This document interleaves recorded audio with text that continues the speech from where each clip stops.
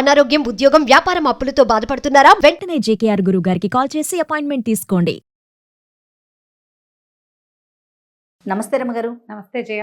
రమగారు, వరలక్ష్మి వ్రతం శ్రావణ మాసం అనగానే మనందరం కూడా వేచి చూసేది వరలక్ష్మి వ్రతం కోసం. మరి ఆ రోజు యొక్క విశిష్టత, విధి విధానాలు ఎప్పుడూ చెప్పుకుంటూనే ఉంటాం. మీ మొదటి డైలాగ్ అదే. మరొకసారి మాట్లాడుకుందామండి. ఏటా చేసేది, ఎప్పుడు చెప్పుకునేది. అయినా ప్రతిసారి ఏదో ఎక్సైట్మెంట్, కొత్తదనం అలా ఉంటూ ఉంటుంది.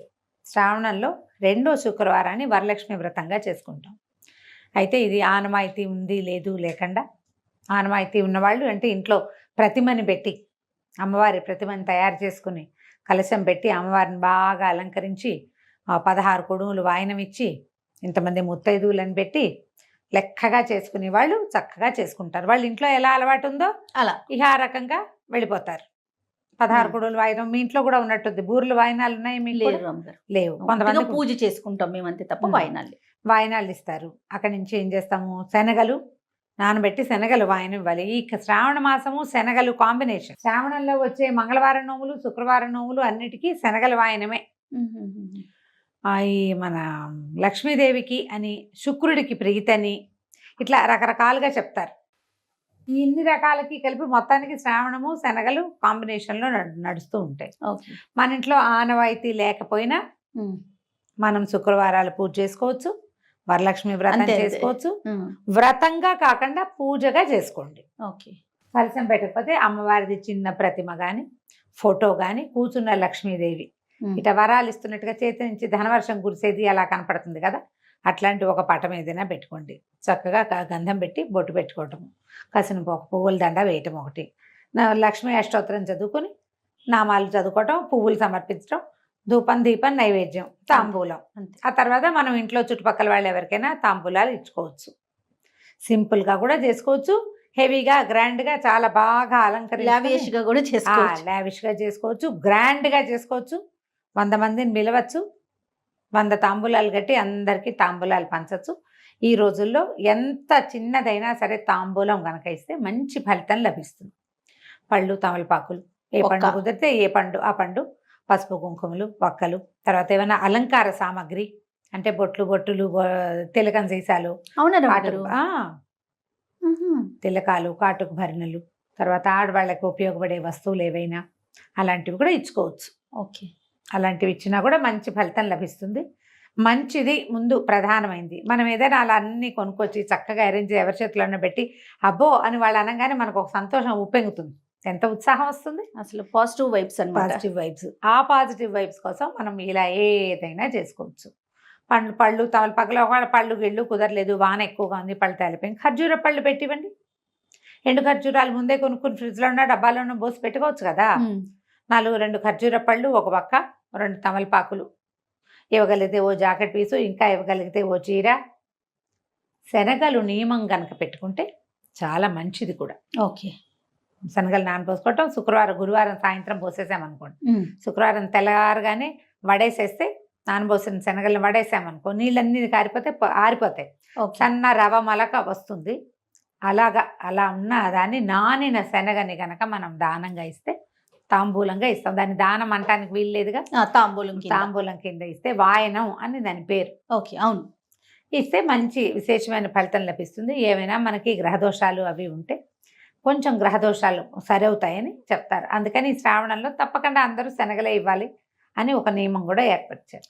ఇక మనం వరలక్ష్మి వ్రతం దగ్గరకు వస్తే, ఉదయమే లేచి వాకిట్లో ముగ్గేసుకుని, ఇల్లు వాకిలి తుడుచుకుని, వాకిట్లో ముగ్గేసుకుని, గుమ్మానికి పసుపు రాసి బొట్టు పెట్టుకుని, తర్వాత అమ్మవారికి నైవేద్యాలు అవి ఏర్పాటు చేసుకుని, 1 చేయగలిగితే పాయసం, 3 చేయగలిగితే ఒక నూనెలో వేసే పదార్థం ఏదైనా, బజ్జీలు కానీ, గారెలు, అప్పాలు ఏమైనా అట్లాంటివి అదొకటి. తర్వాత 2 నివేదనలు.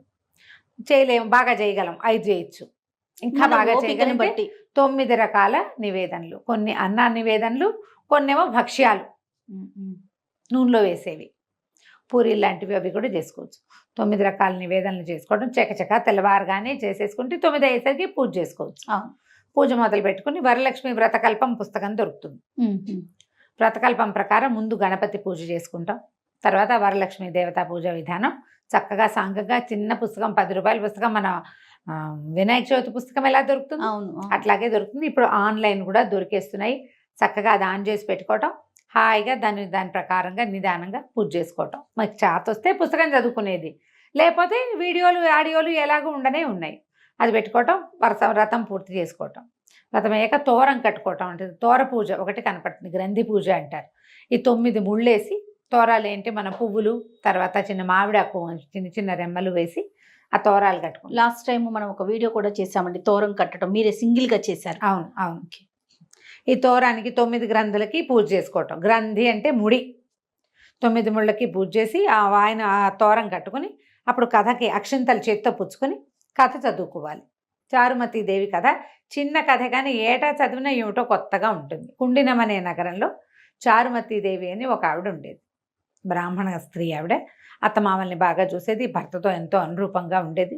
చాలా చక్కటి ఏమనాలి ఆవిడని, పుణ్య స్త్రీ, తర్వాత చక్కని గృహిణి. అయితే ఒకనాడు ఆవిడకి వరలక్ష్మీదేవి కల్లో కనపడి నువ్వు నాకు చాలా ఉత్తమరాలివి, లక్ష్మీప్రదం అవుతుంది నీ జీవితం అంతా. శ్రావణ మాసంలో పౌర్ణమి ముందు వచ్చే శుక్రవారం నాడు నన్ను అర్చించు, ఆవు నేతితో దీపాలు పెట్టు, అందరికీ వాయినాలు ఇవ్వు, చుట్టుపక్కల సువాసనలతో కలిసి పూజ చేసుకోమని చెప్పిందట కల్లో. సరే ఆవిడ లేచి కళ, ఇంత అద్భుతమైన కళ వచ్చింది, అమ్మవారు కనపడిందని ఇంట్లో వాళ్ళకి పెద్దవాళ్ళకి భర్తకి చెప్తే 2-3 నెలల తర్వాత ఆవిడకి ఏ జ్యేష్ఠ మాసంలోనూ వచ్చింది.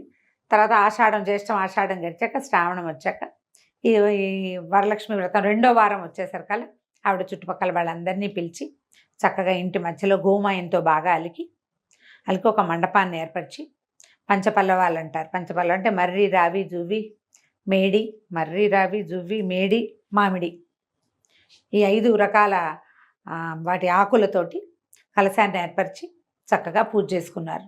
ఆవిడ తనొక్కతే పూజ చేసుకోకుండా చుట్టుపక్కల స్త్రీలందరినీ, అన్ని రకాల జాతుల వాళ్ళని పిలిచిందట. పిలిస్తే అందరూ కలిసి పూజ చేసుకున్నారు. పూజ మొత్తం ఒక బ్రాహ్మణుడికి వాయినాలు ఇచ్చారు. ఈ పూజ చేయించిన ఆయనకి దాంబూలం ఇచ్చి సాటి స్త్రీలకి వాయినాలు ఇచ్చుకున్నారు ఒకళ్ళకొకళ్ళు. అంతా అయ్యాక ఈ మండపానికి ప్రదక్షిణ చేశారట. మండపం ప్రదక్షిణ చేస్తుంటే మొదటి ప్రదక్షిణానికి వాళ్ళకి పాదాలకి బంగారు పట్టీలు వచ్చేసినాయట, పాదాలకు అలంకారాలు వచ్చినాయి. 2వసారి తిరిగేసరికల్లా చేతులకి మెళ్ళలోకి అన్ని రకాల ఆభరణాలు వాటంతటవే వచ్చేస్తాయి. 3వ ప్రదక్షిణ పూర్తయ్యేసరికల్లా వాళ్ళ ఎవరెవరి స్త్రీలు వీళ్ళ ఇంటికి వచ్చారో వాళ్ళందరి కోసం వాళ్ళ ఇళ్ళ నుంచి, అంతకుముందు వాళ్ళు కాలినడకని వచ్చారు, బళ్ళు, వాహనాలు, గుర్రపు బళ్ళు, బోల్డని వాహనాలు అవి వచ్చేసినాయి. అంటే వాళ్ళ ఇళ్లలో కూడా సమృద్ధి వచ్చేసింది అనమాట. వీళ్ళ ఇల్లంతా బంగారు వర్షం కురిసినంత ఘనంగా అయిపోయింది చారుమతి దేవి ఇంటికి. వాళ్ళందరూ మెచ్చుకున్నారు, ఈవిడ ఘనతే ఘనత. అట్లాంటి అవకాశం ఎందుకు వచ్చిందంటే ఉత్తమ స్త్రీగా ఉండటం.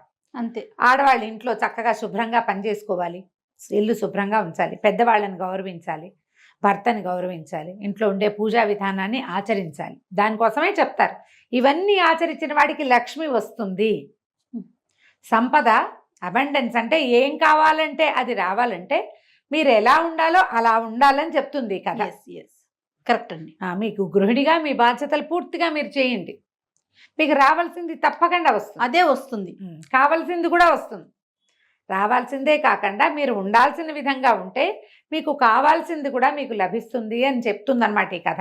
ఒక నీతి ఉంది ఇందులో. మరి సరే, అందరూ వాళ్ళ తాము వాయినాలు అవి పుచ్చుకొని ఈ చారుమతి దేవిని వీడుకొల్పి అక్కడి నుంచి తమ ఇళ్ళకి వెళ్ళిపోయారు. అందరూ కూడా ధనకనక వస్తువు వాహనాలన్నిటితోటి వాళ్ళ ఇళ్ళన్నీ నిండిపోయినాయట. అప్పటి నుంచి ఆ రాజుగారు కూడా తెలుసుకుని ఈ వార్త, అందరూ ఈ 2వ వారం నాడు మీరు వరలక్ష్మి వ్రతాన్ని చేసుకోండి, అందరూ చారుమతి దేవిలాగా ఉత్తమ స్త్రీలుగా, ఉత్తమ ఇల్లాళ్ళుగా ఉండండి అని ఒక చాటింపు వేయించారు.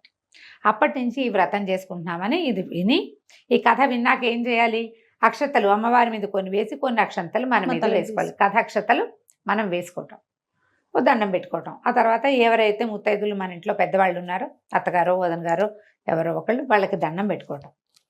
దండం పెట్టి వాళ్ళకి ఒక వాయినం ఇవ్వటం. తర్వాత ఎవరైనా ముత్తైదుని పిలిచి ఈ 16 కుడుములు ఎన్నో మీకు దగ్గర లెక్క ఉంటే ఇంట్లో ఉన్న లెక్క బట్టి 16 కుడుములు ఇస్తారు మామూలుగా. ఈ కుడుములు అంటే మనం ఏం చేస్తాము, బూర్లు ఇస్తారు. కొంతమంది అప్పాలు ఇచ్చేవాళ్ళు కూడా కనపడ్డారు. ఒక సంవత్సరం ఎవరో పిలిచారు చాన్నాళ్ల క్రితం, అప్పాలు ఇచ్చారు. అప్పాలు ఒకసారి, మన పూర్ణాలు ఒకసారి తెచ్చుకున్నాను నేను. ఓకే. 2 సార్లు అప్పాలు పూర్ణాలు ఏవో ఒకటి వాయనం ఇవ్వటం, మన ఇంట్లో ఉన్న పద్ధతిని బట్టి వాయనం ఇచ్చి తర్వాత భోజనం చేయటం. శ్రావణ మాసపు శుక్రవారాలు రాత్రిపూట భోజనం చేయరు. పగలు మనం హెవీగా చక్కగా అన్ని వండుతాం, అమ్మవారికి నివేదన చేస్తాం కదా, భోజనం చేసేసి పగలు రాత్రి భోజనం అన్నం తినకుండా ఏదైనా అన్నానికి భిన్నం తింటే సరిపోతుంది. అయితే దీనికి బ్రహ్మచర్య నియమం లేదు అని చెప్తారు. మీ ఇళ్లలో ఒకసారి పెద్దవాళ్ళని కనుక్కోండి. ఇది మళ్ళీ ఖచ్చితంగా ఈ ప్రశ్నలు వస్తాయి. నిరుడు ముందరేడు కూడా ఎదుర్కొన్నాం కాబట్టి దీనికి చెప్తున్నాం అనమాట. ఇవి సువాసిని వ్రతాలకి ఈ నియమం చెప్పబడలేదని మా ఇళ్లలో చెప్తారు. ఓకే, మళ్ళీ అమ్మవారికి ఎలాంటి నైవేద్యాలు పెడతాం రమ్మ గారు? అన్న నివేదన అంటే పాయసము, పులిహోర, దద్దోజనము, చక్ర పొంగలి, తర్వాత ఏమో మన గారెలు, బూరెలు, అప్పాలు, పూరీలు, మైసూర్పాకు, బజ్జీలు, ఉల్లి వెల్లుల్లి వాడకుండా, మసాలాలు అవి వేయకుండా, ఇవి కాకుండా ఇంకా మీ ఇళ్లలో ఏం చేస్తారో పాలతాలికలు కూడా చేస్తారు కదా, పాల పూరీలు, అలా ఏవైనా నివేదన చేసుకోవచ్చు. మామూలుగా మనం పెట్టే అన్న నివేదనలు ఇవి.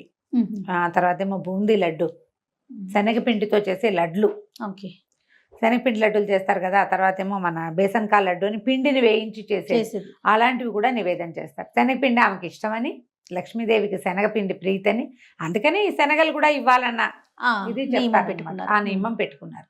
ఈ రకంగా వరలక్ష్మి వ్రతాన్ని మనం సుసంపన్నం చేసుకోవటమే.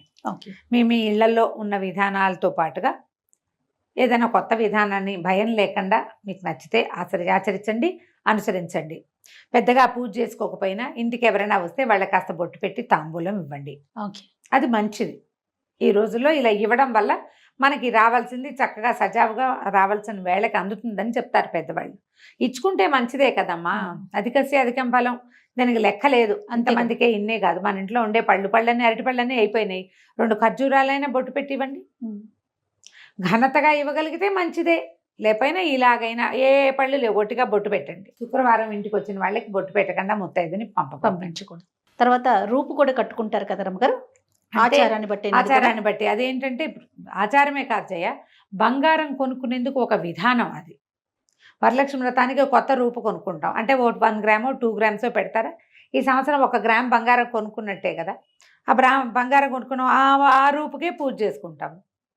ఆ రూపుని తీసి మెళ్ళో కట్టుకోవచ్చు, రూపుని కట్టుకుంటారు. ఒకవేళ అలా చెయ్యరు, ఏదో వస్తువు కొంటారు, ఆ వస్తువుని అమ్మవారి మెళ్ళో వేయండి, మనం అలంకారం అమ్మవారి దగ్గర పెట్టండి, అమ్మవారికే అలంకరించండి, కలశానికి అలంకరించవచ్చు.